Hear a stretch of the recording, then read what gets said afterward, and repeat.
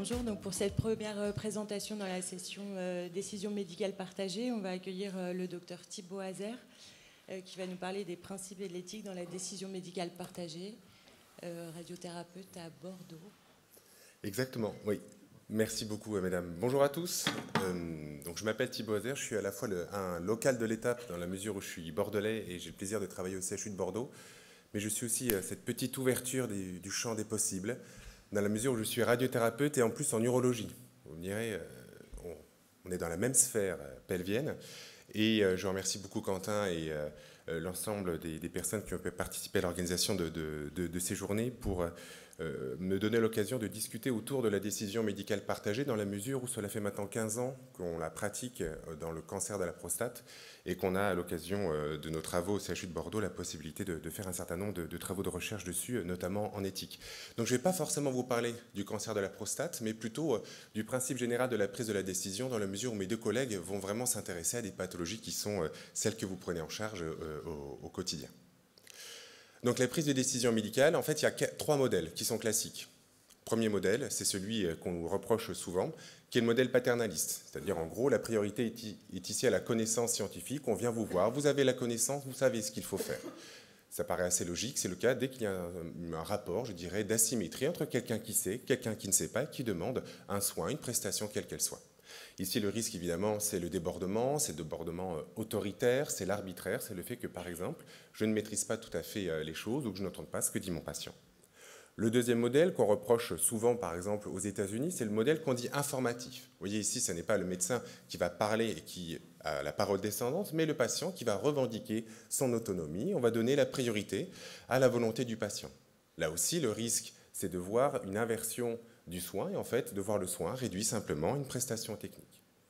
Il y a un troisième point qui nous pend au nez, pour des raisons économiques, probablement aussi pour des raisons écologiques, c'est le modèle collectiviste. C'est-à-dire de réfléchir la proposition de soins pour ce qui sert le plus la société. Par exemple, ce qui coûte le moins cher, un patient qui arrive avec un cancer de la prostate, qu'est-ce qui coûte le moins cher à la société? Une chirurgie, une radiothérapie. Ben, si le patient habite à moins de 50 km du centre de radiothérapie, il vaut mieux l'irradier. Ça coûte moins cher. A l'inverse, on pourrait se dire aussi, qu'est-ce qui coûte le moins cher en termes d'empreinte carbone? Et ça, un certain nombre de bioéthiciens commencent à vous dire qu'il faut commencer à proposer le traitement qui est le plus écologique possible. Vous voyez bien que c'est à nouveau la société qui va dire ce qu'il faut faire. Là, le risque essentiel, c'est ce qu'on appelle l'utilitarisme, c'est-à-dire en fait de noyer l'individu dans la collectivité, de lui imposer des choses qui n'ont pas de sens pour lui. Tout ça, vous voyez bien, à chaque fois, il y a un acteur, à chaque fois, alors un acteur qui est isolé ou un acteur collectif, je dirais, à chaque fois, il y a une communication dans un seul sens, et vous voyez bien que ce sont des choses un peu caricaturales. Mais rassurez-vous, bien évidemment, la décision partagée est arrivée.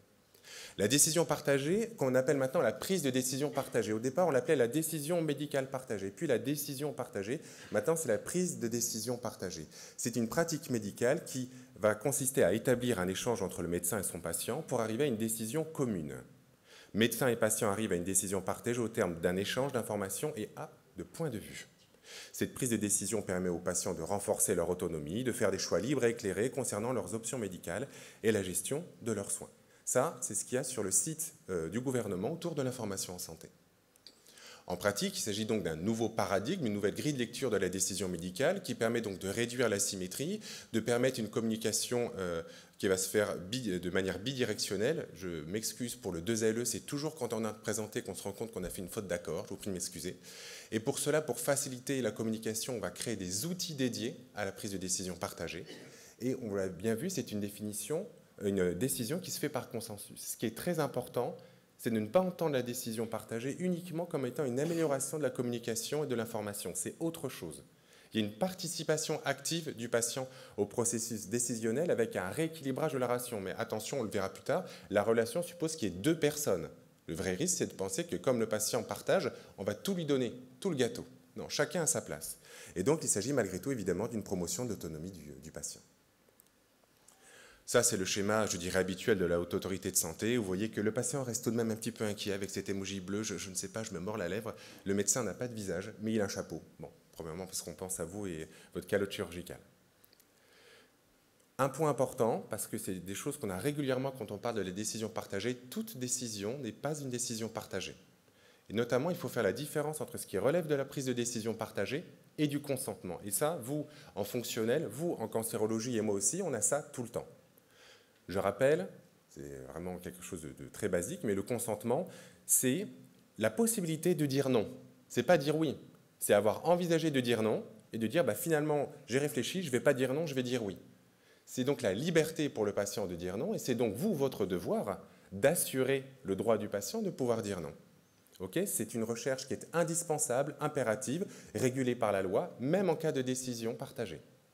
Et enfin, ça suppose, et ça c'est ce qui est important, le consentement suppose que vous avez fait une proposition. Qu'est-ce que ça veut dire? Ça veut dire que vous avez une situation médicale initiale, que vous avez un traitement A, c'est le traitement recommandé, c'est l'option dans la balance bénéfice-risque par exemple qui a le meilleur rapport, et vous avez un traitement B dont la balance bénéfice-risque est moins favorable. Vous, évidemment, dans ce genre de situation, vous faites une proposition médicale du traitement A. Vous la soumettez au consentement du patient et vous mettez en place le traitement A s'il y consent. Maintenant, imaginons le patient refuse le traitement A. C'est tout à fait son droit. De toute façon, ce droit de pouvoir dire non, vous devez l'assurer. C'est votre rôle de soignant. Effectivement, dans ce genre de conditions, vous allez pouvoir commencer à reconsidérer le traitement B. Vous ne voulez pas être opéré? Écoutez, on peut peut-être faire de la radiothérapie, mais cette radiothérapie, elle est beaucoup moins bonne. Mais vous voyez bien qu'ici, ce n'est pas de la prise de décision partagée. C'est une adaptation au refus de consentement du patient. Et là, vous, votre rôle, c'est de vous interroger, si je suis en train d'être amené à faire un traitement qui n'est pas le meilleur traitement, est-ce que vous consentez à faire ce traitement qui n'est pas optimal?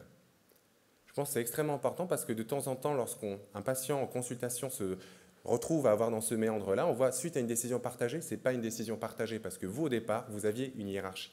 Il y a quand même une primauté, qu'on le veuille ou non, une primordialité à votre hiérarchie des options. Alors la décision partagée, ça suppose quoi? D'abord, ça suppose votre initiative, c'est vous qui allez l'enclencher. Il y a des fois, vous allez identifier que le patient sera la bonne chose pour lui ou pas, mais ce n'est pas impératif. La décision partagée, on dit qu'elle est présente lorsqu'il y a des situations de choix et vous avez plusieurs options qui sont valides et qui sont possibles. Et la difficulté, c'est que soit que les connaissances médicales ne sont pas du tout en mesure de pouvoir trancher quelle est la meilleure, d'accord?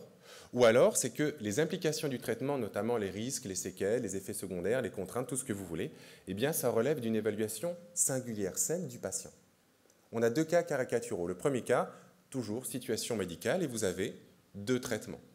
Deux traitements, le traitement A qui a une efficacité prouvée avec des risques et complications connus. Et vous avez un traitement B dont l'efficacité est équivalente, mais qui va avoir des risques et des contraintes différentes. Ça, l'exemple typique, c'est le cancer de la prostate. La survie sans récidive à 5 ans pour des cancers de la prostate de risque faible, elle est largement supérieure à 90%. Il n'y a aucun problème là-dessus, il n'y a pas d'essai randomisé valable, parce que c'est impossible sur le plan éthique de faire ce genre d'essai randomisé, chirurgie versus rayon. Mais on sait que dans tous les cas, tous les essais nous montrent que c'est plus de 90%. Simplement, vous avez une chirurgie qui vous impose l'anesthésie, la sonde, l'incontinence, alors que la radiothérapie, il n'y a pas d'anesthésie, mais c'est l'ambulatoire, c'est les 20 à 40 séances, cystite, rectite, etc. Là, vous êtes tout à fait en mesure de proposer une décision partagée. Et attention, le patient, il est encore, et vous êtes toujours lié par le consentement. Le patient, il a le droit, finalement, en cours de traitement, parce que le consentement est un principe révocable, de revenir en arrière. Deuxième situation médicale, vous avez ici deux traitements. Un traitement A qui a une efficacité connue et des risques qui lui sont propres. Mais vous avez un traitement B que vous ne pouvez pas comparer en termes d'efficacité parce que ce n'est pas exactement sur le même registre. Ce n'est pas comme un cancer, vous allez voir la survie, par exemple. Et vous avez des risques et des contraintes qui ne vont pas être comparables non plus. Pour m'expliciter, l'exemple, c'est la présentation fétale par le siège. Vous avez deux solutions. Soit vous faites l'école française, qui est la noblesse de notre art obstétrical, notamment à Bordeaux. C'est l'accouchement par voie basse, qu'on appelle un bel accouchement dans le milieu. Et là, vous avez un risque fœtal, effectivement, d'enclavement de la tête et d'étirement du plexus brachial, etc. Ce risque, il est minime, mais quand même, il est existant. Et il n'y a pas de risque maternel surajouté. Ou à l'inverse, vous faites une césarienne. À ce moment-là, vous allez avoir une inversion du risque. Vous ne pouvez pas comparer, ce n'est pas comparable, le risque de la maman et le risque du bébé à vivre. Là, vous pouvez enclencher une décision partagée. Juste petite réserve, si vous êtes en France, vous pouvez le faire. Si vous êtes en Roumanie ou au Brésil, c'est plus chaud. Pourquoi? Parce qu'on a perdu justement l'art de l'accouchement obstétrical. Il est question vraiment ici de considérer que les deux techniques sont bonnes, mais les deux techniques sont applicables et vous êtes compétent dans les deux techniques. L'impact des procédures de prise de décision partagée, il y a une revue Cochrane qui a été faite en 2009, ensuite actualisée en 2018, il n'y a pas encore de mise à jour, mais globalement, ce qu'il faut retenir, c'est que, est-ce que ça vaut vraiment le coup? Parce qu'il n'y a aucun impact dans toutes les mesures qui ont été faites en manière de participation effective à la décision, de satisfaction quant à la décision. Il y a des résultats discordants sur le regret, mais ce n'est pas forcément parce qu'on participe à la décision qu'on va moins regretter le choix. Sur l'état de santé physique ou mentale, ne serait-ce qu'il y a un tout petit peu, il y a même une augmentation de l'anxiété pour certaines études, et il y aurait une diminution de certains questionnaires sur la dépression. Il n'y a pas d'impact sur l'observance. Par contre, ce qui est intéressant, ce n'est pas parce que vous faites une décision partagée, que vous voulez discuter avec votre patient, que ça coûte plus cher ou que ça dure plus longtemps vos consultations. C'est quand même plutôt bien.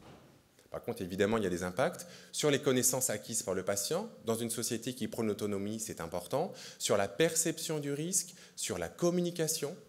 Alors un truc qu'on ne comprend pas très bien, même nous en bioéthique, c'est la concordance décision-valeur. Ça, c'est un truc un peu flou que nous donnent les anglo-saxons. Et on n'a pas de notion non plus, et on a aussi un impact par contre sur le conflit décisionnel. La décision, elle est difficile, mais elle est un peu moins difficile une fois que j'ai fait la prise de décision partagée. Nous, ce qui nous manque actuellement, c'est est-ce que c'est vraiment un besoin du patient de participer à la décision? Ça, on ne le sait toujours pas. Et donc, ça fait partie des études. Il y a une étude qui va être lancée l'année prochaine au CHU de Bordeaux. Où on va faire une recherche qualitative pour dire aux patients, en fait, vous qui avez décidé, c'était vraiment la bonne chose que vous participiez à la décision? Parce que la pratique nous montre que c'est effectivement compliqué. Juste une diapositive qui va être dense et qui va nous tenir jusqu'à la fin de la présentation. Ce sont les repères éthiques et pratiques en matière de décision partagée. Qu'est-ce que ça implique pour vous? D'abord, ça va impliquer un changement de discours. Vous n'êtes plus le prescripteur, vous êtes une forme de conseiller, mais de conseiller à très forte place. Vous êtes un petit peu le Alexis Kohler, si je peux me permettre avec l'actualité, du président qui est votre patient. D'accord? Il y a un changement de positionnement. La communication, elle est horizontale. Vous avez un changement de rapport à la personne et aussi un changement de temporalité. Petit jeu de mots en éthique, c'est à vous d'apprendre un peu la patience. Une décision partagée pour une décision en urgence, ce n'est pas une bonne décision partagée. La deuxième chose, c'est qu'il va falloir aussi commencer à envisager de faire ce qu'on appelle de la maïeutique, c'est-à-dire l'accouchement des valeurs du patient, savoir ce qui fait sens pour lui. Moi, je ne suis pas spécifiquement formé à ça. Il y a des ateliers qui commencent à être mis en place, c'est un projet qu'on a au CHU de Bordeaux, mais il va falloir aller chercher, aider à former ce qui fait sens pour le patient. Par exemple, en cancérologie prostatique, est-ce que c'est important pour vous qu'on enlève la maladie? Si c'est le cas, il faut que le patient se fasse opérer. Moi, je ne le ferai pas avec mes rayons. Après, quand le patient fait émerger ce qu'il nous dit, eh bien, qu'est-ce qu'on fait? Est-ce qu'on les travaille? Est-ce qu'on les modifie? Est-ce qu'on fait simplement que les écouter? Nous, en tout cas, ce qu'on a investi au CHU de Bordeaux, c'est la place des paramédicaux. Les paramédicaux n'ont pas le même lien qu'avec les patients que les médecins.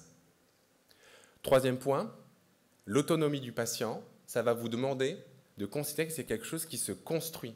Le patient, il n'arrive pas, dans sa situation de demande de soins, de manière complètement autonome. De toute façon, l'autonomie est ce qu'on appelle un principe directeur. On sait qu'on n'y arrive pas, mais on fait comme si. Donc on va construire l'autonomie avec lui. Ce n'est pas un a priori. Le patient construit son autonomie au travers de votre discours. Donc votre discours, il va se muscler en information au fur et à mesure de la discussion. Et surtout, il va falloir faire face à la rationalité du patient qui n'est pas toujours la vôtre.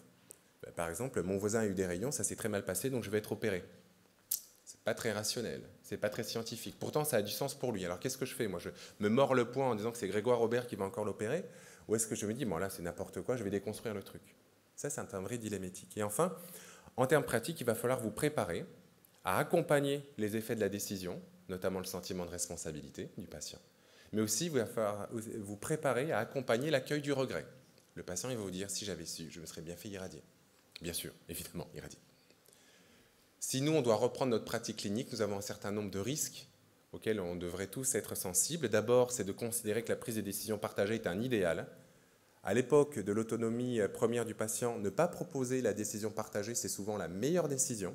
D'accord? Donc il faut identifier les besoins des personnes. Certaines personnes expriment très clairement qu'ils ne veulent pas décider. Ce n'est pas un échec. Ce qui serait un échec, c'est d'empêcher une personne qui souhaite d'y participer. Donc la décision partagée n'est pas une fin, mais c'est un moyen pour certains patients. Éviter l'effet tunnel. Le patient qui a eu sa consultation avec le chirurgien, le radiothérapeute, le temps d'accompagnement soignant paramédical, il a eu les outils, etc., et qui vous dit qu'il est en difficulté. Mais il faut revenir en arrière, c'est pas grave, c'est dommage pour le patient, mais il aura beaucoup plus confiance en vous si vous revenez en arrière en disant, écoutez, on va se réunir en RCP, en réunion collégiale, etc., et on va avancer. confondre la décision partagée et le modèle informatif. Je vous l'ai dit, on partage le gâteau, mais très facilement on peut se dire, oh là là, moi je vais l'informer et je vais me dégager. La décision partagée suppose un médecin qui s'engage. Vous êtes dedans, vous n'êtes pas un prestataire. C'est compliqué, c'est un entre-deux, c'est une ligne de crête. C'est aussi de considérer la prise de décision comme partagée comme étant un transfert de responsabilité. Le fameux urologue, bon, il n'y a pas d'urologue ici, donc je peux charger un peu. Bah oui, il est incontinent, mais bon, il le savait. Après une prostatectomie, il était informé. Ou le radiothérapeute, bah oui, il se lève 4 fois la nuit, enfin, d'un côté, je l'ai informé, voilà. Le fait que le patient puisse se sentir responsable, ça peut l'amener, lui, à ne plus vous dire ce qui ne va pas. Moi, le nombre de patients qui ont été opérés, qui viennent me voir en consultation en disant que tout va bien, puis quand je les examine, ils portent une protection. Ah bah oui, mais je suis incontinent, mais j'assume, hein, donc ça, j'ai été informé. Ça n'est pas possible. Donc il faut que vous puissiez encore laisser cette place à l'expression de la plainte, qui est quand même le fondement de la relation clinique, et sans jugement. Ah bah oui, bah, il savait.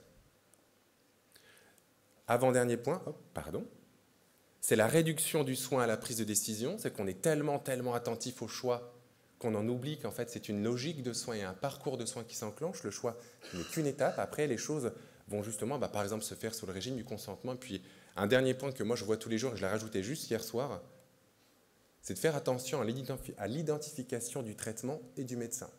Quand on a 2 traitements représentés par 2 médecins, je peux vous dire que je pourrais irradier tous les patients, il suffit d'être juste un tout petit peu plus gentil que l'urologue. Ou il suffit que l'urologue, pour opérer le patient, dise « Vous savez, vous allez être brûlé ». Si le mot est prononcé, je suis foutu. D'accord ? Je suis foutu, vous avez bien compris que c'est le patient qui ferme une porte, probablement pour de mauvaises raisons. L'idée donc, c'est de maintenir l'engagement moral des soignants. En conclusion de cette présentation, il m'arrive de temps en temps, vous savez, on essaie de faire un peu de littérature avec nos patients, puis j'ai un patient qui était prof de littérature appliquée à l'Université de Bordeaux, je lui dis, vous savez, monsieur, vous êtes le capitaine de votre navire. Et il me regarde, ah oui, et vous, docteur, vous êtes Euriloque. Ok. Alors je le regarde, il me regarde, je lui souris, là il a compris que je n'avais pas compris. Donc, je rentre chez moi. Euriloque est le compagnon d'Ulysse. Voilà, moi je ne le savais pas. Il est le compagnon d'Ulysse, c'est celui qui attache Ulysse au mât.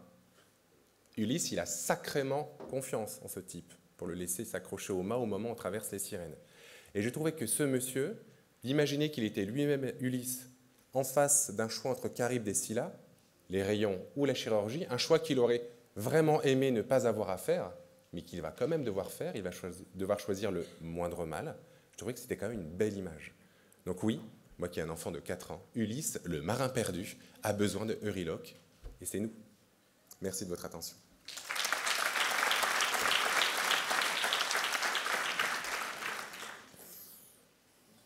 Est-ce qu'il y a des questions sur cette... Bonjour et merci beaucoup pour cette magnifique présentation. Alors moi personnellement, ce n'est pas la première fois que je vous entends, mais à chaque fois, j'apprends énormément. Je trouve ça vraiment extrêmement éclairant. Merci. J'avais une question un petit peu intéressée. Mon domaine d'exercice, c'est plus la pathologie fonctionnelle. Mais on a les mêmes discussions et avec un détail qui, moi, me met un peu en difficulté, c'est que on a montré que la relation instaurée entre le médecin et son patient participe au traitement. Alors, dans le domaine fonctionnel, ce n'est pas très grave, parce qu'il n'y a pas de problème vital en jeu, mais on est parfois surpris d'essais prospectifs randomisés dans le fonctionnel où le placebo atteint un peu plus de 50%, et d'ailleurs beaucoup d'essais prospectifs sont négatifs, pas parce que les trucs ne sont pas efficaces, mais parce que le placebo est tellement fort que... Voilà. Et dans cette relation qu'on a avec son patient, on sait très bien, aujourd'hui, la littérature a documenté, que la façon dont on va présenter les choses, prendre en charge les patients, va influencer la décision. Et alors, je trouve ça, peut-être je fais erreur, mais je trouve ça un peu paradoxal. En tout cas, je me sens en difficulté si on me dit qu'il faut que ce soit une décision partagée, mais donc il ne faut plus que je sois moi-même, puisque j'ai un effet thérapeutique sur mon patient. Et donc il faut que je sorte de cette image-là. Est-ce que vous avez une solution à m'apporter? Est-ce qu'il faut que je sois beaucoup plus... austère avec mes patients, que je porte des lunettes de soleil en disant j'ai pas besoin d'instaurer une relation. Faut pas le regarder dans les yeux, faut tourner le dos même. Je me sens paternaliste, voilà, mais oui, et je m'en sens coupable. Mais bien sûr. Voilà. Alors, effectivement, nous dans le cadre du soin, on était habitués pendant toute l'histoire médicale depuis jusqu'à ces 30 dernières années, parce que la décision partagée c'est 92-97, les premiers travaux de Charles là-dessus. Il appelait ça il faut être au moins 2 pour danser le tango. Donc, je trouve ça rigolo comme image. ce que disent les Québécois qui sont très avancés là-dessus, toujours comme dans le cas de la relation médecin-malade. Il s'agit de, alors c'est un grand mot, de changer d'éthos. C'est-à-dire que vous restez vous-même, mais vous êtes à une autre place. Il ne s'agit pas de, comment dire, il ne s'agit pas de se transformer et de ne plus être soi, parce que malgré tout, effectivement, le patient aura besoin d'une forme d'identification avec vous. Donc, le fait de se laver les mains sur la formation en disant « je ne ferai pas le choix » et puis d'avoir une forme de neutralité, ça pourrait presque être malfaisant. Mais vous touchez du doigt une des très grandes limites de la décision partagée, qui est l'irrationalité des patients. Là, moi, j'avais le choix à titre personnel entre 2 opérations. J'ai choisi la chirurgie plutôt que la radiologie interventionnelle, tout simplement parce que le chirurgien, c'était mon prof et que j'avais confiance en lui. C'est simplement ça, uniquement. Est-ce que c'était irrationnel de ma part? Peut-être pas. Est-ce que c'était non scientifique? Complètement. Donc, là où il faut peut-être, c'est cette image de la ligne de crête, c'est effectivement peut-être pas appuyer la relation de conviction comme on l'a quand un patient refuse un traitement qui paraît l'optimal, qu'on avait tout à l'heure, le traitement A meilleur que le traitement B, mais de pouvoir quand même instaurer quelque chose qui fait que ce qui serait terrible pour le patient, c'est que vous soyez super neutre, qu'il choisisse votre traitement et que vous deveniez vous-même. Malgré tout, il s'engage dans un chemin avec quelqu'un. Donc, je pense qu'il faut simplement faire attention à tous ces éléments de langage, à tous ces positionnements qui font que parfois, on va essayer de convaincre le patient de faire ce qu'il y a de bon pour lui. C'est peut-être d'éroder, je dirais, ces petites dents de scie qu'on peut avoir quand on dit « oui, il n'y a aucun doute, c'est le meilleur pour vous ». Moi, il m'arrive de dire ça aux patients qui ne veulent pas être irradiés. Vous savez, vous ne voulez pas 3 ans d'hormonothérapie, mais j'aurais l'impression de vous sous-traiter. Ça, il faut effectivement l'éroder. Parce que là, il y a les choix. Mais c'est compliqué de faire face à un patient qui va peut-être choisir pour des raisons que vous ne trouvez pas très bonnes, y compris quand c'est vous. Alors, il ne faut pas en être coupable. Par contre, il faut avoir conscience que ça vous met, en termes de responsabilité morale, hyper haut. Parce que c'est vous qui l'avez choisi aussi. Mais c'est le risque. Merci pour la présentation, c'est passionnant. J'ai une question. La relation médecin-patient, il y a quand même une relation déjà, l'effet blouse blanche, l'histoire des lunettes, etc. C'est pas totalement stupide. Il faudrait pratiquement se remettre en habit civil pour avoir une attitude de conseiller. Alors, je pense que... Est-ce que vous ne pensez pas que le principal ennemi de ça, c'est l'éthique du médecin? Parce qu'un chirurgien, s'il a vraiment envie d'opérer son patient, va trouver les arguments qui vont faire mal. Ils vont dire que les rayons, ça va brûler, il va le dire. Ouais. Donc, il n'y a personne pour corriger ça. Et l'éthique, c'est la conscience personnelle. C'est un engagement moral énorme. C'est un engagement moral Et énorme. On rajoute là-dessus tous nos impératifs pratiques. Tout ça, ça consomme du temps. Et donc, voilà les écueils. Alors, il y a tous les écueils que vous venez de relever, ils existent. Il y en a certains qu'on peut tout à fait contrôler. Sur les revues Cochrane, le temps de consultation en décision partagée n'est pas forcément plus important. Mais ça dépend des mesures. La deuxième chose, nous, le tuyau qu'on utilise au CHU, c'est vraiment le recours aux paramédicaux. C'est d'une efficacité, mais redoutable. D'abord, pour que justement, on ait plus l'identification médecin-traitement, ça c'est super, pour qu'on puisse aussi avoir un temps de délibération qui ne se fasse pas avec le médecin, parce que les patients vont dire « non, mais je n'ai pas posé la question parce que le docteur, il n'a pas le temps ». Nous, les docteurs, on n'a jamais le temps pour les patients, et parce que l'idée vient derrière, etc. Ce qui est certain, si vous mettez en place une décision partagée qui est pluridisciplinaire, il faut que tout le monde ait sacrément confiance les uns en les autres. Moi, après, maintenant, ça va faire 12 ans qu'on le pratique, et de manière très, très actée maintenant depuis 8 ans avec les urologues. J'ai toute confiance sur le fait qu'ils vont présenter d'une certaine manière les rayons, et inversement. Et je sais par exemple qu'un patient qui a été informé des rayons par le chirurgien est super informé, parce que je les ai formés, et parce qu'ils m'ont formé à expliquer ce que c'était qu'une prostatectomie. On essaie de neutraliser les choses. L'autre truc aussi qu'on a, moi que je fais souvent, c'est, vous savez, quand vous voyez un deuxième médecin, vous êtes toujours le réceptacle de « oui, le chirurgien, il est quand même brutal, il m'a examiné, c'était violent, etc. » Là, c'est de la déontologie, vous pouvez mettre de côté pour ne pas entraver la relation potentielle ultérieure. Et la dernière chose, c'est que je commence toujours les consultations en disant aux personnes que en fait, il n'y a pas de mauvaise décision. Dans la mesure où on ne fait pas prendre de risques supplémentaires en termes d'efficacité. Je rappelle le cadre en leur disant si ça peut vous paraître curieux, si vous ne voulez pas le faire, eh bien écoutez, on ne le fait pas. Et puis moi je vois avec mon collègue chirurgien, et en fonction de certains critères qui seront peut-être arbitraires mais médicaux, on prendra la décision. mais effectivement, il faut avoir vachement confiance en ses collègues. Donc il faut s'auto-former, voir une opération, voir une radiothérapie. Il faut que les manips et les infirmiers qui font le temps d'accompagnement soignant soient formés aussi.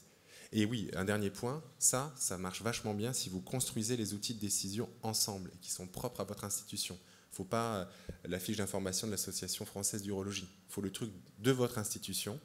Et comme ça, tout le monde dit exactement la même chose. Et bêtement, ça met tout le monde au même niveau d'info sur la fréquence des risques ou quoi que ce soit. Mais il y a cet écueil-là, forcément. Il y a de l'humain, donc il y a des failles. Bonjour, merci beaucoup pour cette présentation. J'avais une question sur la sélection des malades, parce que vous dites bien que tout le monde ne peut pas participer à ce genre de choses. Et du coup, comment ça se passe dans votre centre? C'est-à-dire, on arrive et on va vous dire, il y a la possibilité de faire ça. Oui, non. Et on leur pose très clairement la question. On y va frontalement en disant, dans votre cas, il y a plusieurs traitements qui sont possibles. Et effectivement, dans votre situation, nous, actuellement en 2025, on considère que certains patients ont tout à fait le droit de participer à la décision. Le parcours va être un petit peu plus long, vous allez voir d'autres professionnels, et les gens consentent ou non à la décision partagée. On fait vraiment une forme de consentement à la procédure. Oui. Et comme dans tout consentement, il est révocable. Donc si le patient ne veut pas, comme je l'ai dit, on revient en arrière, on arrête, surtout.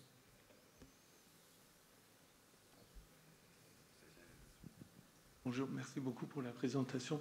J'ai une question par rapport à les explications qu'on donne aux patients sur les séquelles. Pour les séquelles des traitements, nous les chirurgiens, par définition, si on est en bonne santé, on n'a pas les séquelles, le patient ne les a pas encore. Donc, moi j'ai cette difficulté à leur dire, par exemple, il doit être incontinent, comment est la stomie, comment ils vont le vivre. Et puis la qualité de vie, c'est quelque chose, c'est relatif. Quelqu'un qui n'a pas de stomie, une stomie va être très difficile. Une fois qu'il a eu la stomie, il va le trouver pas si terrible que ça. Une fois qu'on a remis en continuité, il va peut-être revenir sur la stomie. Donc, je veux savoir comment vous expliquez ces séquelles et comment c'est perçu par nos patients. Alors, il y a toujours un grand moment suspendu où le patient vous regarde avec des grands yeux en se disant « Waouh, peut-être que j'aurais pas aimé entendre tout ça ». Parce que vous, ça suppose une information encore plus élevée, je dirais, que le consentement de base, quoique. Nous, ce qui nous permet d'aborder ça, c'est la répétition de l'information. Donc les patients, ils ont consultation en urologie, temps d'accompagnement soignant infirmier et consultation en radiothérapie. Et pour vous dire, moi, dans 2/3 des cas, je ne fais que conforter le choix chirurgical du patient. Donc, au sujet de la décision partagée des risques, votre démarche va être essentiellement de faire comprendre au patient qu'il consent à un soin, mais il consent à une prise de risque. Mais simplement, c'est lui qui va décider quelle est la nature du risque qui lui paraît la plus acceptable. Mais vous avez tout à fait raison, c'est le fameux mythe du type qui se jette, qui veut se suicider, qui se jette du pont et qui se dit 1 mètre avant de tomber, ah bah mince, finalement j'aurais pas dû le faire. Il y a toujours un changement. Donc c'est là où il faut effectivement s'adapter et c'est pas évident. Vous devez simplement, en tout cas pour être tranquille sur le plan éthique, vous dire que vous avez fourni l'intégralité des informations qui étaient nécessaires. C'est des informations qui sont pas simples à dire, mais vous n'êtes pas le seul porteur. Et là, les outils sont vraiment importants, même les outils en ligne et surtout les soignants paramédicaux. Je me permets d'insister dessus. Moi, j'ai l'impression que les patients ils choisissent avec les infirmières, pas avec moi. Merci beaucoup. On va avancer. Donc, merci Quentin pour cette invitation et pour traiter ce sujet bouillant de la décision médicale partagée. Donc, dans le cas du cancer du rectum, je ne vous fais pas l'affront de vous faire l'historique de la prise en charge du cancer du rectum, mais force est de constater qu'en 40 ans, la prise en charge médicale et chirurgicale a nettement évolué et la préoccupation aujourd'hui n'est pas seulement oncologique, mais fonctionnelle, puisqu'on sait malheureusement qu'il existe très souvent de mauvais résultats fonctionnels, que ce soit au niveau digestif, sexuel ou urinaire. Et c'est d'ailleurs pour ça que le groupe Grécard, entre autres, propose de plus en plus d'essais thérapeutiques pour améliorer ces résultats fonctionnels. Cette évolution de prise en charge, elle est nécessaire puisque lorsqu'on interroge les patients sur leurs souhaits et leurs points les plus importants, patient opéré en chirurgie colorectale pour une pathologie bénigne ou maligne, eh bien, ce qu'il y a au premier plan, c'est de ne pas avoir de stomie permanente, d'être guéri d'un cancer s'il y avait un cancer, et de ne pas avoir de troubles de la continence ni de troubles de la fonction sexuelle. De la même manière, lorsqu'on interroge des patients qui viennent en consultation pour une pathologie colorectale bénigne, ce qu'ils préféreraient en cas de cancer du trébarectum entre une résection intersphinctérienne et une amputation abdominopérinéale, eh bien, au début de la consultation, seulement 3% des patients vont préférer l'amputation abdominopérinéale, alors qu'en fin de consultation, on a quasiment un patient sur 5 qui voudra l'amputation abdominopérinéale, ayant conscience qu'une résection intersphinctérienne va changer la vie quotidienne, avec notamment l'incontinence anale. Et puis ce qui est intéressant dans le tableau, c'est qu'on voit que 40% des patients ne veulent pas modifier leur quotidien, et 80% des patients sont prêts à avoir un résultat oncologique moins bon, une diminution de 5%, enfin un risque de récidive locale de 5%. Et ça, c'est important, j'y reviendrai après. Donc aujourd'hui, dans la prise en charge du cancer du rectum, l'avis du patient compte. Et cela s'applique d'autant plus dans le chapitre de la conservation d'organes sélectifs pour les petits cancers du rectum, qui est un chapitre un petit peu compliqué avec de nombreuses options que vous connaissez tous très bien et qui ont dû déjà être abordées hier, avec plusieurs options de traitements médicaux, la contact-thérapie, plusieurs options chirurgicales avec la tumorectomie et le watch and wait. Toutes ces options ont des résultats très prometteurs, avec un taux de conservation d'organes qui peut aller jusqu'à 97% lorsqu'on fait une contact-thérapie pour des tumeurs de moins de 3 cm. Mais le problème de ces différentes options et de ces bons résultats, c'est qu'il y a bien évidemment des inconvénients. Je vous rappelle le groupe de patients de Grey-Card 2 qui ont nécessité une TME de rattrapage en présence d'une lésion T2, T3 ou R1 sur la pièce de tumorectomie. Eh bien, les résultats post-opératoires et fonctionnels de ce sous-groupe étaient catastrophiques. De la même manière, dans la stratégie d'un watch and wait, il y a la problématique de la rechute qui est associée à un moins bon pronostic avec un risque de métastatique qui est doublé et une survie globale qui est significativement diminuée en cas de rechute. Et un risque chirurgical beaucoup plus délétère avec beaucoup plus d'amputations en cas de rechute après une stratégie de watch and wait. Et que l'on parle de tumorectomie ou de watch and wait, la réévaluation de la surveillance est prolongée pour essayer d'obtenir un meilleur taux de réponse complète et cela peut être contraignant pour le patient. Donc, face à ces différentes options dans cette stratégie de conservation d'organes avec les avantages et inconvénients, eh bien évidemment, le choix du patient est important. Et nous avons pour cela des données dans la littérature, des enquêtes, avec par exemple cette enquête qui propose à des patients déjà pris en charge pour un cancer du rectum et des soignants impliqués dans la prise en charge du cancer du rectum, 2 scénarios.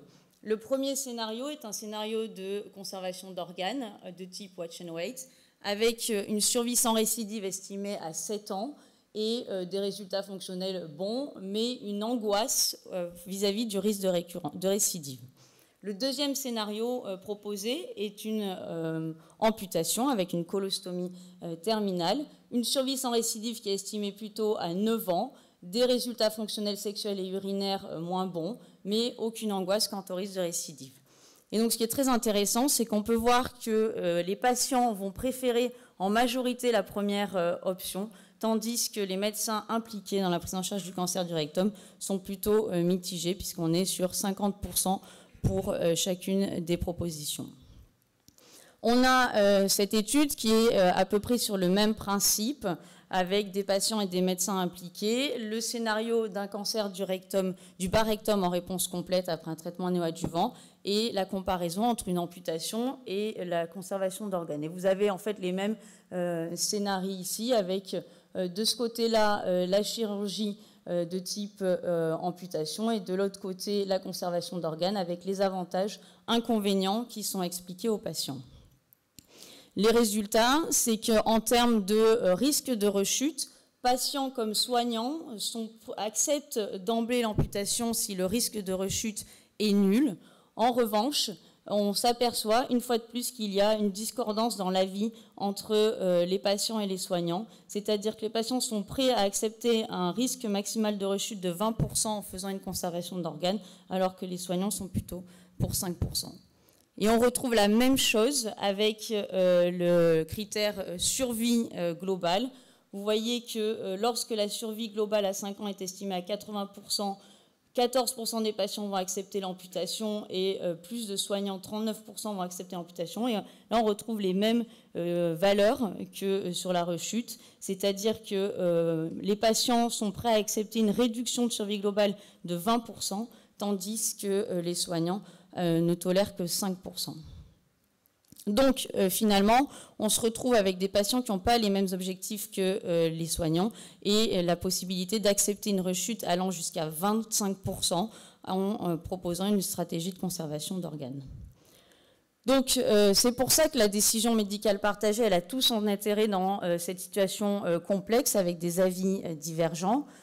Et de toute façon, ça fait des années qu'on nous parle de cette décision médicale partagée, ça fait plus de 20 ans. Alors, je ne reviens pas sur les principes, puisqu'on les a vus juste avant, et le topo était bien meilleur que cette diapositive. Le rapport de la HAS qui date également sur la décision médicale partagée, mais je voulais juste aborder 3 points pratiques lorsqu'on veut réaliser une décision médicale partagée. Le premier point, c'est de prendre le temps.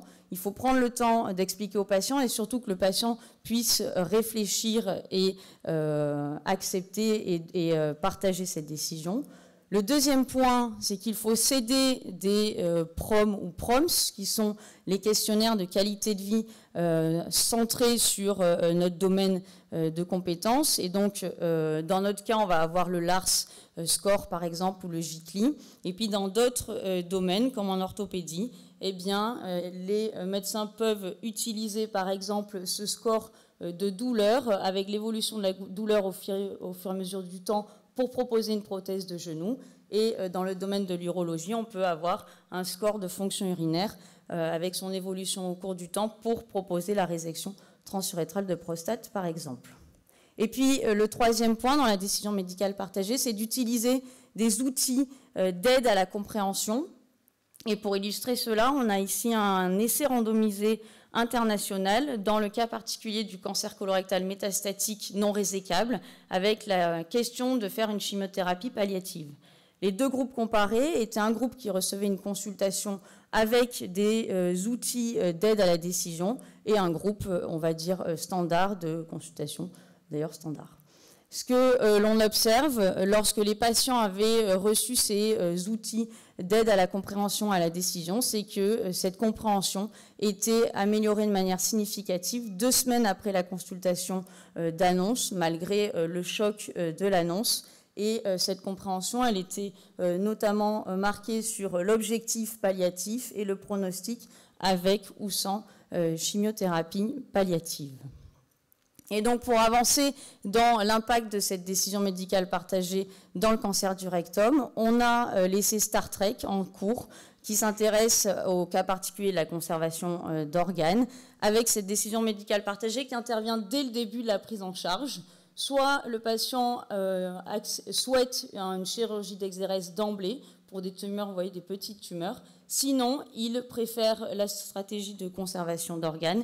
Et la randomisation arrivera ici entre une radiothérapie short course ou une radiochimiothérapie avec la conservation d'organes qui se discutera à 20 semaines. De la même manière, mais pas tout à fait quand même, l'essai VAREC que vous connaissez très bien, GRECAR 20, qui s'intéresse au petit cancer du rectum, le même modèle que GRECAR 2 ou 12. Les patients reçoivent un traitement néoadjuvant, type GRECAR 2, 12 ou Prodige 23, et la randomisation arrive après le traitement néoadjuvant avec le bras standard qui est une réévaluation classique à 2 mois, avec une chirurgie d'exérèse TME en cas de non-réponse ou une tumorectomie en cas de bonne ou de réponse complète. Et dans le bras expérimental, la surveillance va être faite à 8, 16 et 24 semaines. Et c'est là qu'intervient la décision médicale partagée. Si on est dans une bonne ou réponse complète, le patient pourra choisir ce qu'il préfère entre tumorectomie, watch and wait, contact thérapie ou bien TME. Et pour illustrer ces outils d'aide à la compréhension, dans les CEVAREC, nous avons ces fiches qui permettent d'expliquer clairement aux patients les différentes stratégies chirurgicales. Donc vous voyez les différentes options. Je ne vous ai pas mis toutes les fiches, mais ça permet de visualiser ce concept d'aide à la décision. Avant de conclure, un chapitre qui concerne également la décision médicale partagée dans le cancer du rectum. C'est la désescalade thérapeutique, mais cette fois-ci sans radiothérapie. Et cela grâce aux résultats notamment de l'essai Prospect qui a montré qu'en faisant uniquement du FOLFOX avant une TME, on avait de meilleurs résultats fonctionnels, digestifs et sexuels. Et d'ailleurs, lorsqu'on interroge les patients sur l'intérêt de cette radiothérapie néoadjuvante pour un cancer du rectum, eh bien, les principales préoccupations du patient sont la dysfonction érectile et l'incontinence fécale avant le contrôle local de la maladie. Et donc, pour conclure, la décision médicale partagée dans le cancer du rectum me semble être une évolution nécessaire et évidente au vu de l'évolution de sa prise en charge. Elle est également nécessaire parce que vous voyez qu'au fil des années, la prise en charge du cancer du rectum est de plus en plus complexe avec plusieurs options, la désescalade thérapeutique, chirurgicale et sans radiothérapie, et qu'il persiste malheureusement toujours les mauvais résultats fonctionnels. Donc l'avis du patient est essentiel. Il permettra une meilleure adhésion au traitement, et on l'a très bien vu avec le topo précédent. Deux limites, ou en tout cas, voilà, deux limites. Premièrement, c'est que ce n'est pas accessible à tous les patients, on l'a vu, certains patients ne peuvent pas ou ne veulent pas choisir et décider. Et le deuxième point, c'est que le médecin reste avant tout, le chirurgien, reste avant tout le chef d'orchestre dans la décision. Je mets comme exemple, lorsqu'on a une pièce de tumorectomie T2, T3 ou R1, il faut faire une TME, ou lorsqu'on a une atteinte sphinctérienne externe, il faut faire une amputation. Je vous remercie de votre attention.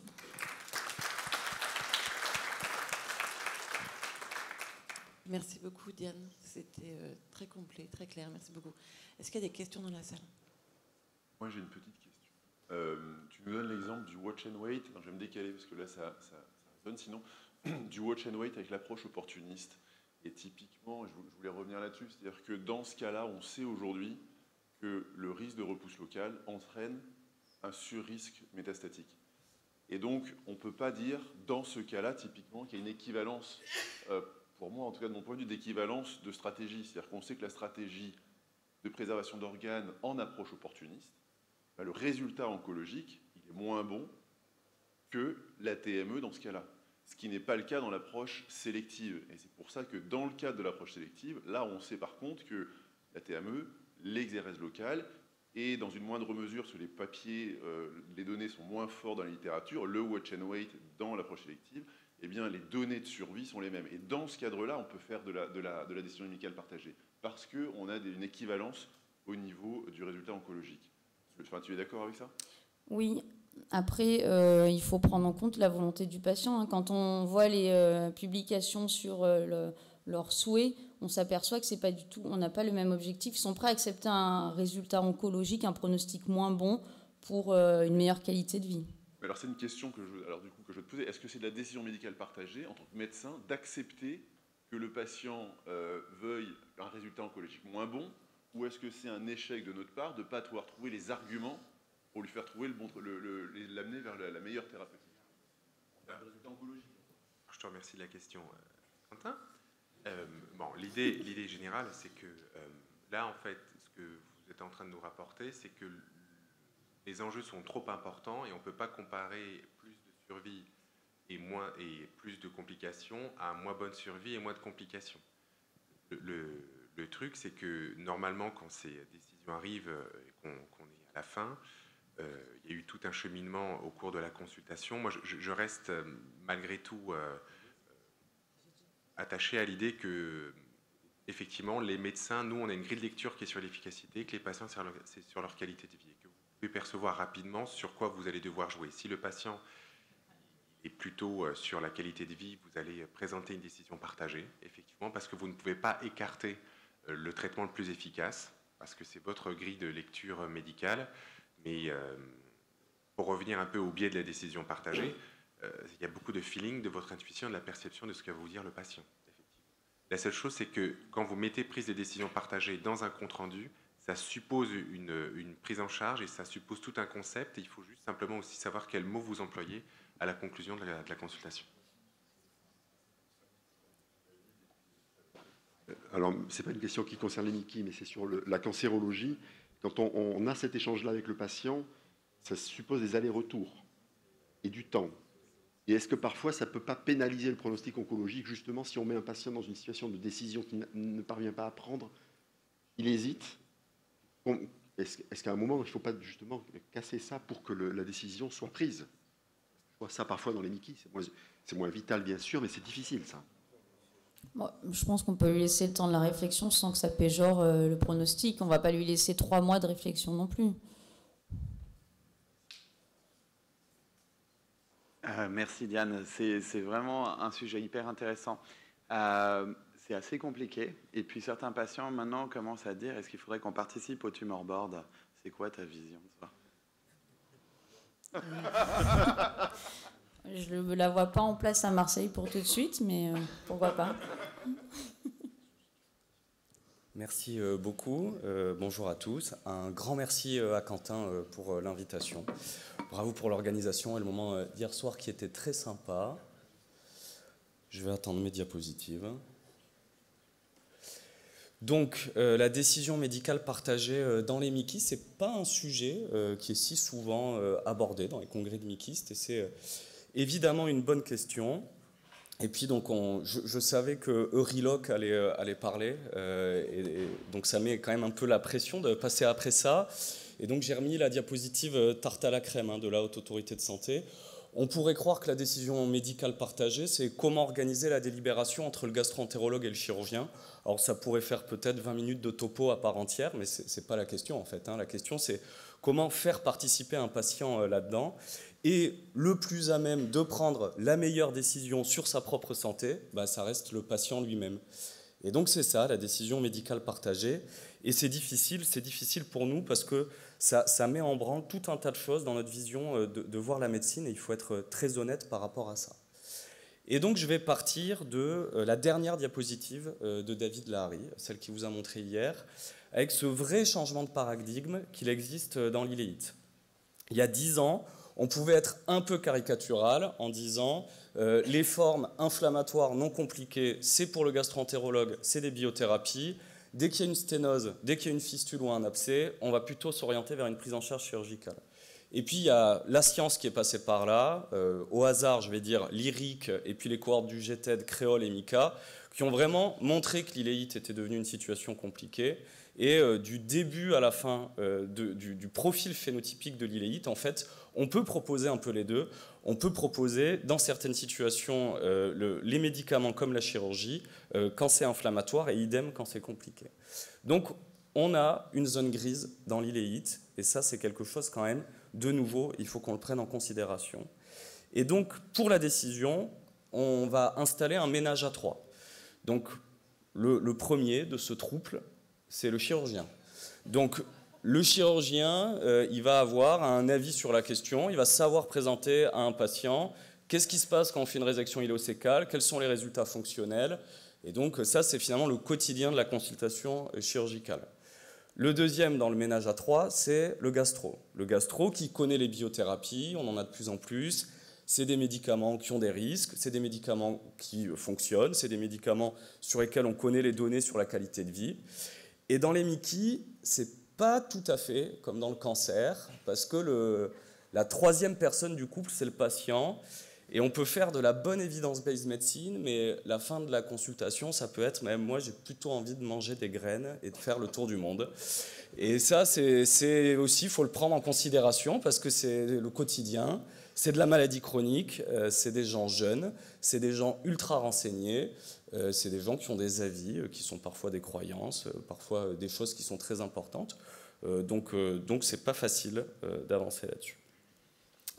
Alors, la situation la plus dure pour la décision médicale partagée, à mon avis, c'est celle-là. C'est l'iléite inflammatoire non compliqué, qui fait moins de 40 cm. Parce que quand l'iléite fait plus de 40 cm, quand même probablement que c'est là où il y a un impact sur les résultats fonctionnels, et quand ça fait plus de 40 cm, les gens ont quand même la diarrhée après intervention chirurgicale. Mais je répète, dans cette situation, l'iléite inflammatoire de moins de 40 cm, je crois qu'aujourd'hui, on est vraiment dans une équivalence de propositions entre la chirurgie et le traitement médical. Et donc, il faut essayer d'éclairer le patient grâce aux données de la science. Donc, je ne vais pas vous faire l'affront de dire qu'il faut faire une consultation où il faut expliquer au patient ce qu'est une chirurgie, et puis quand on est gastro, on sait expliquer un médicament. En fait, je crois que quand on rencontre le patient dans cette situation, il y a une idée générale, c'est que quand on a une iléite, très probablement qu'un jour on verra un chirurgien, très probablement qu'un jour on va avoir un traitement, et la question c'est de choisir l'ordre en fait. Mais les deux, ils sont quasiment inéluctables. Et ce n'est pas tout à fait comme le cancer de la prostate, parce que le cancer de la prostate, c'est vraiment soit, et là, en fait, les deux sont possibles, et on va probablement avoir les deux à des moments différents. Et donc, comment cheminer là-dedans? Donc, les messages qu'on pourrait donner aux patients, c'est une proposition complètement subjective, c'est de dire que au-delà de l'explication chirurgicale et de l'explication médicale, donc là on est plutôt dans le registre de l'information, il faut lui faire comprendre que c'est une décision difficile. Le premier message, je crois qu'encore aujourd'hui en 2025, le recours à la chirurgie reste fréquent. Quand on prend une iléite et qu'on regarde 10 ans après, il y a un malade sur 4 qui a besoin d'une intervention chirurgicale. Et donc si on cumule ça à l'échelle d'une vie, évidemment, il y a beaucoup de patients qui sont opérés. Donc ça, c'est des données qui sont importantes. Le recours à la chirurgie diminue, mais il est loin d'avoir disparu. Et d'ailleurs, je vais le redire, le recours à la chirurgie n'est pas un échec dans la prise en charge d'une iléite terminale. Et ça, il faut le dire assez vite aux patients dans ces situations qui sont très difficiles. Deuxième message, c'est l'explication de l'équivalence scientifique. On peut avoir un débat sur la méthodologie de l'IRIC, tout ce que vous voulez, mais quand même, quand on regarde l'IRIC, la résection iléosécale et l'infliximab, c'est équivalent. Il n'y a pas de différence sur la qualité de vie, il n'y a pas de différence sur l'efficacité de traitement à 5 ans. Si on est un peu utilitariste, pour reprendre le terme de notre ami Euriloc, et qu'on pense à la société, c'est même probablement mieux d'un point de vue économique de penser à la chirurgie, mais ça c'est un argument qui est difficilement entendable pour les patients. Et si on veut se convaincre de l'équivalence, il n'y a pas plus beau que cette courbe, la survie sans rechute, les données sont là, quoi. Il n'y a pas de différence entre la chirurgie et l'infliximab, et donc on a besoin d'expliquer ça aux patients. Troisième message, bien sûr, monsieur, madame, vous pouvez choisir l'intervention chirurgicale, et puis on vient de vous expliquer les données de l'IRIC, mais si vous êtes opéré, je crois que c'est la partie droite de la diapositive qui est la plus importante, il faut qu'on soit très clair sur une chose, c'est que dans 5 ans, il y a une chance sur 2 pour que vous ayez une biothérapie. Et donc ça, dans cette consultation, au début, dans le moment où on donne les informations, dans le moment où on va essayer de créer cet échange autour de la décision médicale partagée, il faut que cette info, elle sorte à un moment. Et le quatrième message, qui est peut-être pas très connu, et à mon avis, il est très important, ça c'est un papier bordelais qui a été fait par Pauline Rivière et David, qui montrait qu'il y avait une différence de cicatrisation selon la localisation de l'atteinte. Et quand on prend des maladies de Crohn, qu'on met une combothérapie, et en fait cette diapositive, elle montre que le côlon et le rectum cicatrisent plus facilement que l'iléon. Et l'iléon terminal, pour nos médicaments, pour nos biothérapies, c'est probablement la zone sur laquelle il y a le moins de cicatrisation. Et ça, on le voit très bien en endoscopie, ça nous arrive de mettre des biothérapies chez des gens qui ont une atteinte iléocolique, on leur fait une colo 1 an après, le côlon est nickel, c'est comme s'il n'y avait rien du tout, mais il reste quelques petites ulcérations superficielles dans l'iléon terminal. Donc tout ça, à mon sens, c'est des messages importants à faire passer, au-delà de l'information, c'est de dire... voilà, la chirurgie est faisable à un instant T, c'est une équivalence, mais si vous êtes opéré, vous aurez besoin d'un médicament. Si on vous donne un médicament, peut-être qu'il ne va pas marcher et que vous aurez besoin d'une chirurgie. Et tout ça, il faut le mettre en place dans la discussion. Alors, les bonnes conditions de la décision médicale partagée. Donc là, c'est truc et astuce, je ne sais pas trop quoi dire, mais je vais dire que quand même un binôme médecin-chirurgien bien rodé, c'est important. Il faut avoir un peu la même vision du problème. Vous ça, c'est une diapo que j'ai piquée à Étienne Buscaille qui avait mis ce tweet d'un gastro-entérologue écossais qui disait que quand on est gastro-entérologue, il faut quand même qu'on soit aussi convaincu que la chirurgie fait partie des options et que ce n'est pas un échec. Nous, parfois, en réunion de concertation pluridisciplinaire, on a des iléites de 15-20 cm et on a des propositions de staff pour une 3e, une 4e ligne de biothérapie. Franchement, ça n'a pas de sens. Évidemment que l'intervention chirurgicale, il faut qu'elle soit proposée plutôt dans la séquence thérapeutique. Voilà, et de la même manière, probablement que quand un chirurgien propose une intervention, il faut qu'il soit convaincu qu'un gastro-entérologue ait vraiment réfléchi sur une possibilité de biothérapie. Donc ce binôme et puis vraiment cette vision partagée de l'évidence-based medicine et puis de la vision du problème, je crois que c'est très important pour faire une décision médicale partagée. L'ARCP, c'est important quand il y a de la zone grise.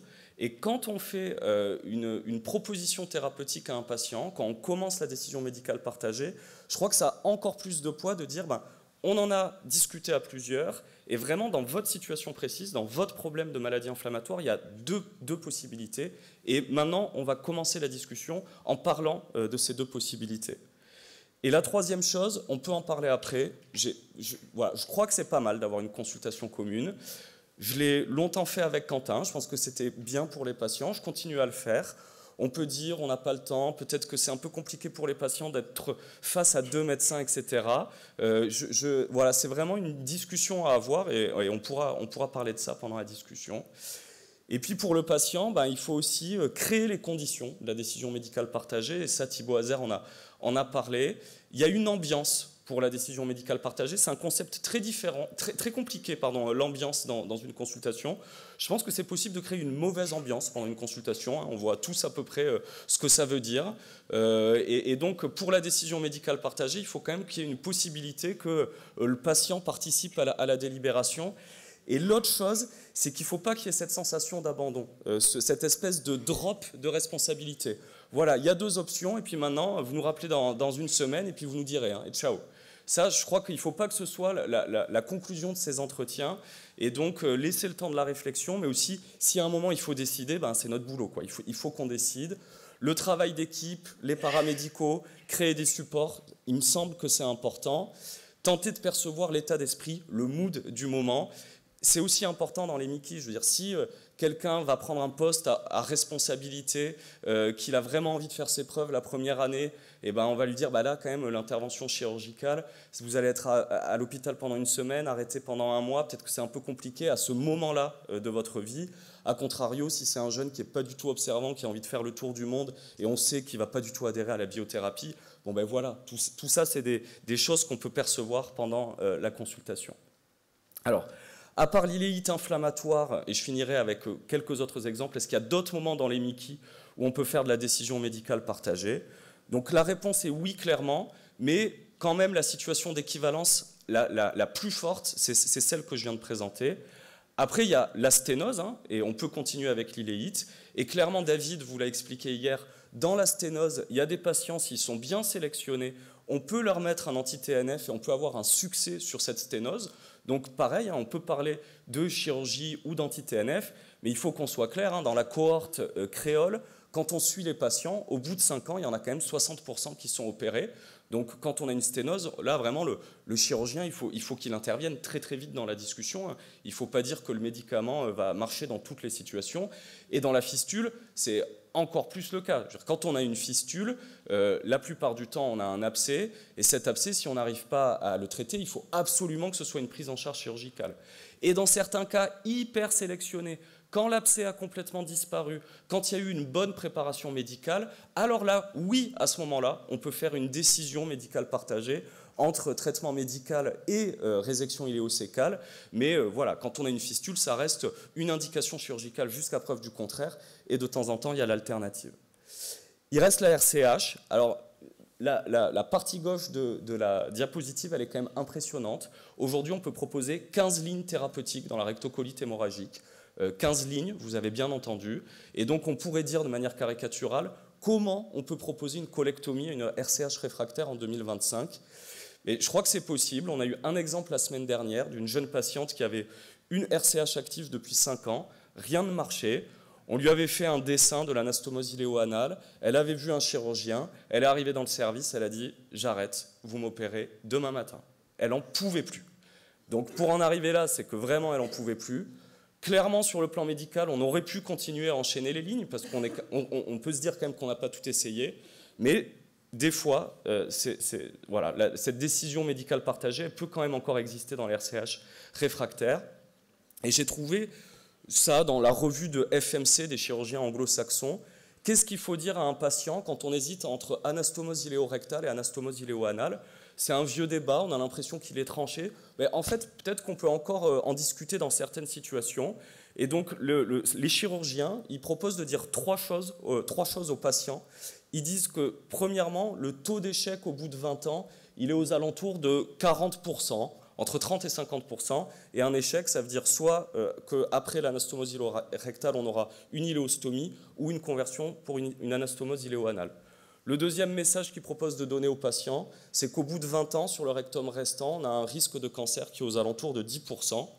Et le dernier, qui est le plus important, c'est de faire un comparatif des résultats fonctionnels et de dire, oui, avec une anastomose iléo-rectale, généralement, on a 2-3 exonérations en moins comparativement à une anastomose iléo-anale. Mais il ne faut pas oublier que quand on a une anastomose iléo-rectale, on a plus d'impériosité pour la simple et bonne raison que le syndrome rectal peut revenir, que la maladie peut revenir. Et on a aussi des patients qui ont une anastomose iléo-rectale chez qui il faut reprendre une biothérapie. Et donc, ils proposaient de donner ça comme message clé aux patients pour qui il y avait une forme d'hésitation. Je conclus en disant qu'il y a plein de défis dans la décision médicale partagée dans les MICI, qu'il faut une coordination médico-chirurgicale de tous les instants. On travaille en équipe, ça c'est sûr, et la chirurgie, c'est pas du tout un échec dans la prise en charge de la maladie de Crohn. Donc ça, il faut qu'on en soit tous convaincus. Les patients doivent participer aux décisions quand c'est faisable. La décision médicale partagée, c'est aussi accepter le refus, c'est aussi accepter la zone grise, les changements d'avis, la délibération. Et finalement, ce n'est pas toujours notre quotidien, dans notre vision un peu paternaliste de la profession. Et je finirai en faisant une ode au RCP MICI, car plus les dossiers sont faciles, plus en fait c'est dur de proposer aux patients, surtout quand il y a 2 solutions. Et les consultes communes, c'est un point d'interrogation, et peut-être que vous aurez envie d'en discuter. Je vous remercie pour votre attention.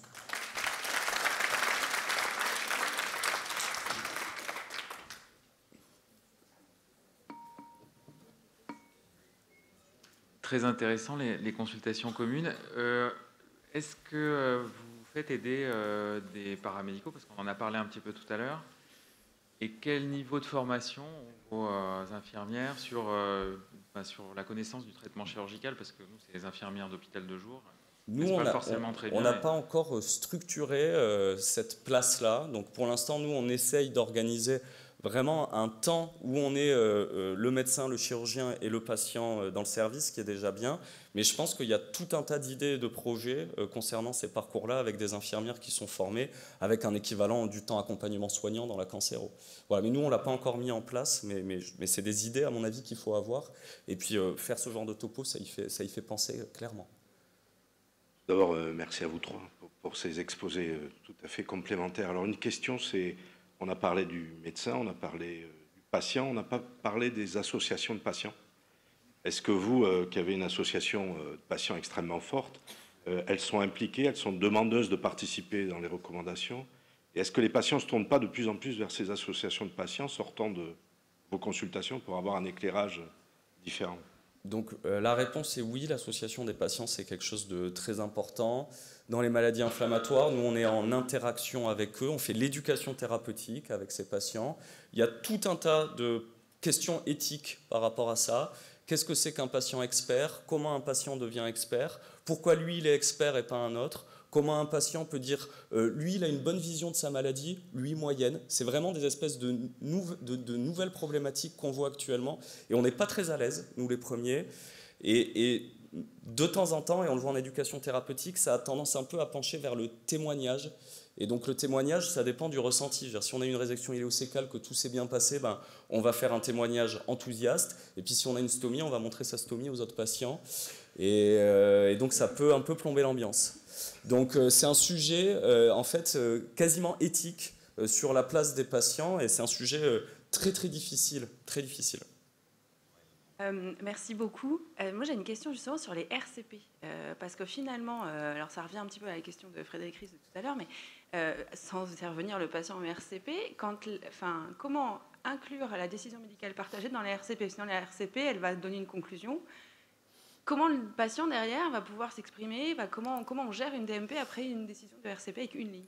J'ai pas vraiment réfléchi à la question de... Enfin, voilà, j'avoue que moi aussi j'ai un peu du mal à me projeter avec un patient dans une RCP là, actuellement telle qu'elle est organisée. Ça me semble dur. Mais je pense que la conclusion du RCP, ça peut être soit.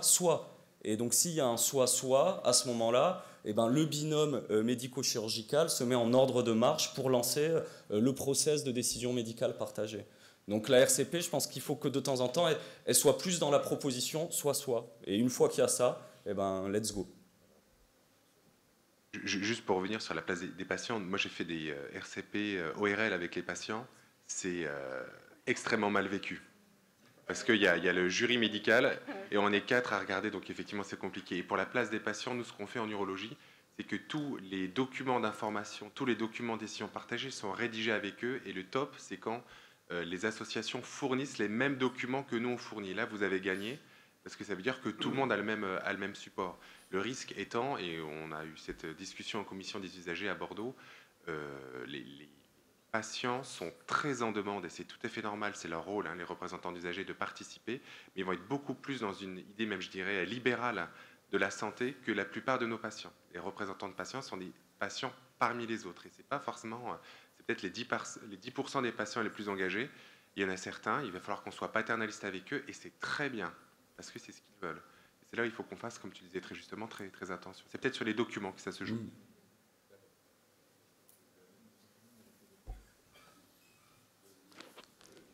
Merci Florian. Tu sais qu'on a la même vision, une vision assez commune, et moi ma question va rejoindre un petit peu celle d'Émilie. La consultation commune, tu la vois à quel moment de la prise en charge de la maladie? Assez tôt. Je pense que clairement, on peut poser assez tôt la question de l'intervention chirurgicale, et c'est peut-être que c'est là le changement de paradigme, et ça dépend un peu de ces momentum. Je pense que vraiment, des fois, il y a des jeunes patients, plutôt que d'être dans une vie de biothérapie, on peut proposer intervention chirurgicale. On prend un risque, peut-être qu'ils auront besoin d'une biothérapie derrière, mais je dirais assez tôt.